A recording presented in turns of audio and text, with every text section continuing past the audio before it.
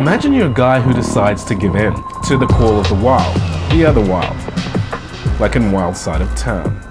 You take a drive to Hillbrow. You cruise those beckoning streets with their hazy pleasures.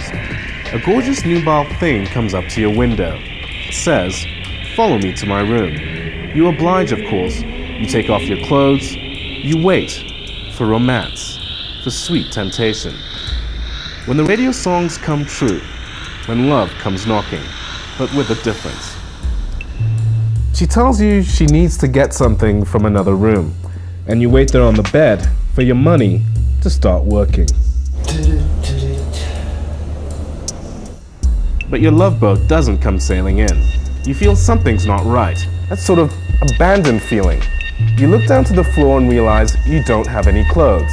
You don't have a wallet, you don't have a cell phone, and where are your car keys? Cupid has made off with them, and she's not coming back. You suddenly realize you've just been knocked.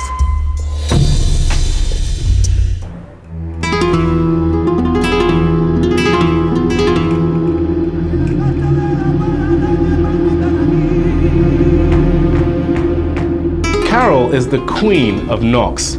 10 years ago, she sold sexual favors, but over the last decade, she's worked almost exclusively as a knocker, and her estimated revenue reaches a total of 2 million rand.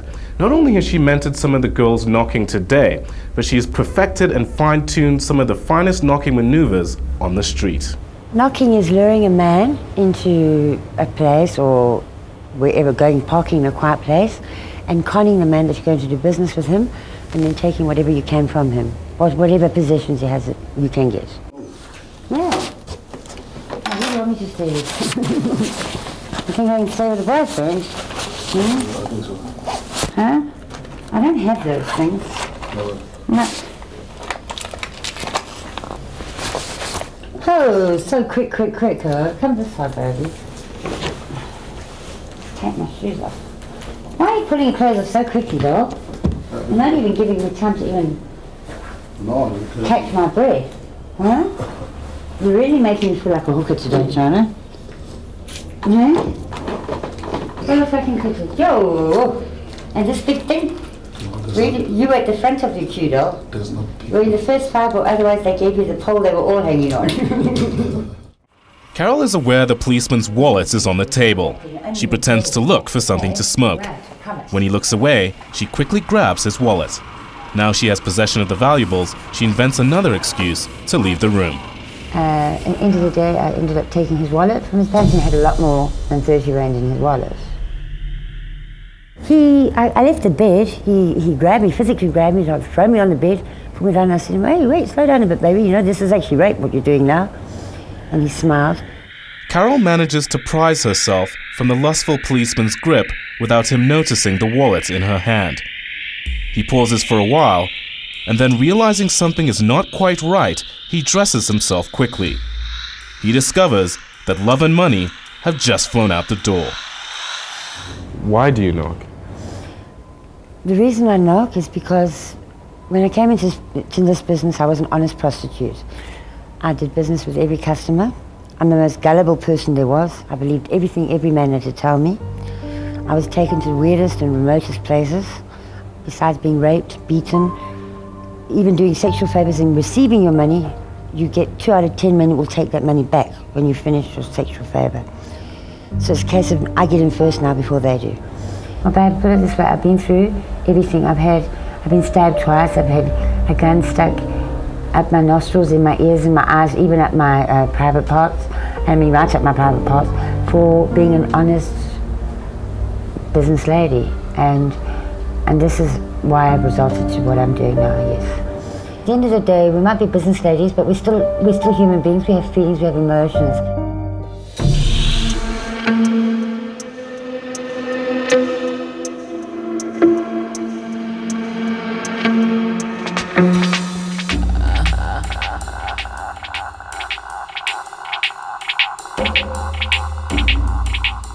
Johnny and Lee stalk the steamers day and night in order to feed their addictions. Lee ran away from home at the age of 12 and knocks to support her drug habit. Lee has survived the brutal laws of the streets for nearly 9 years. She works in tandem with Johnny, her boyfriend and business partner. it's my boyfriend and I together. I would try and grab a client downstairs, a steamer. We'd already have a pre-booked room. It is all pre-arranged, obviously. Like you said earlier on, we're like a tag team, you know. I would take the steamer upstairs and I took him to the room, and before I knew it, he actually just took his clothes off all on his own. He was like ready for it. I just like to keep everything like.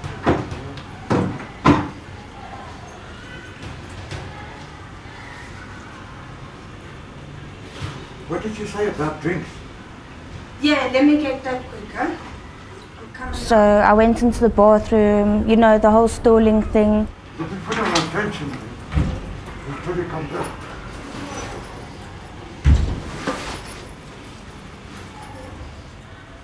No, don't worry about the door, man. Huh? Don't worry about the door, no one can come in here. And now the pants, I'm just about to take my clothes off. Fuck it, that could finish quickly. Quick sticks, man. Let's do this.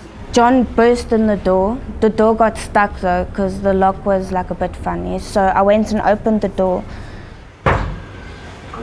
Hey? Yeah. Oh, fuck. What's going on here? Hey? He was like, the whole act, babe, what are you doing? Who's this guy, you know? That guy blamed it on me all the way. He was like, your girlfriend, she brought me in here, she invited me. And at that point, I grabbed my bag and I ran out. Who is this guy, eh? Babe, who the f is this guy, eh? Who the f is this guy? Come here! Babe! Who the f is this guy? Who are you? My friend. Eh? Give me my friend. Who the f is this guy? Where's Come my here. friend? Come here. Let me look at your face. What you doing with my chick? My boyfriend was busy. He took the phone. The guy, he was still with no clothes on, walking around naked, while my boyfriend was like, you know, shouting. And then we leave him in the room. Come here. I have to throw you out the window, you f***ing old goat. Stand out there before I break your hand. Give me Come my here. phone. You don't know what she invited you here for. No, eh? listen to me. I don't want She trouble. invites you here for what?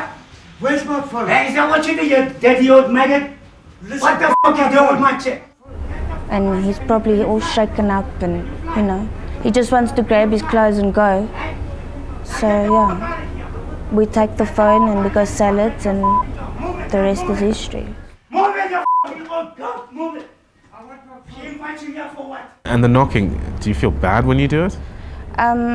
Sometimes, but sometimes I feel really sorry for them, you know, because they must be really lonely to come and, yeah. How long have you been doing this for? Not long after I started drugs for the first time, so it's about, I'm going on 9 years now. This will be my 9th year. How old are you? I'm 21 now. You've been doing this for 9 years. Yeah. So, Do you want to stop? desperately, desperately. The thing is, not a lot of people really want to help you, you know. A lot of people talk, but when it comes down to the actual deed, they know where to be found, or they don't show up to come pick you up.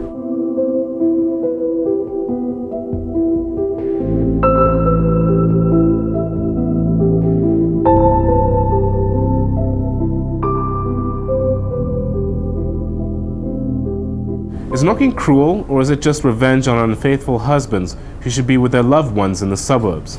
They actually deserve to be knocked, so good for them. They deserve it. Is knocking about girls who've had enough of the men who treat them like dirt? If every single day, all you hear is, you're a whore, you slut, you know. Are we making lame excuses for criminals in a crime-darkened city? The cruelty of mating rituals has always been a part of nature. It might even be a secret part of the attraction for the steamers. Because the interesting thing is the steamers come back for more and more. And as they come back to knock on heaven's door, the knockers of Hillbrow are knocking them down. Lust is a very bad thing, and that's another addiction that they should work on. Knocking, at the end of the day, I say, to a certain extent, revenge. But I'd say 90% of my knocking is for survival without having to sell my soul.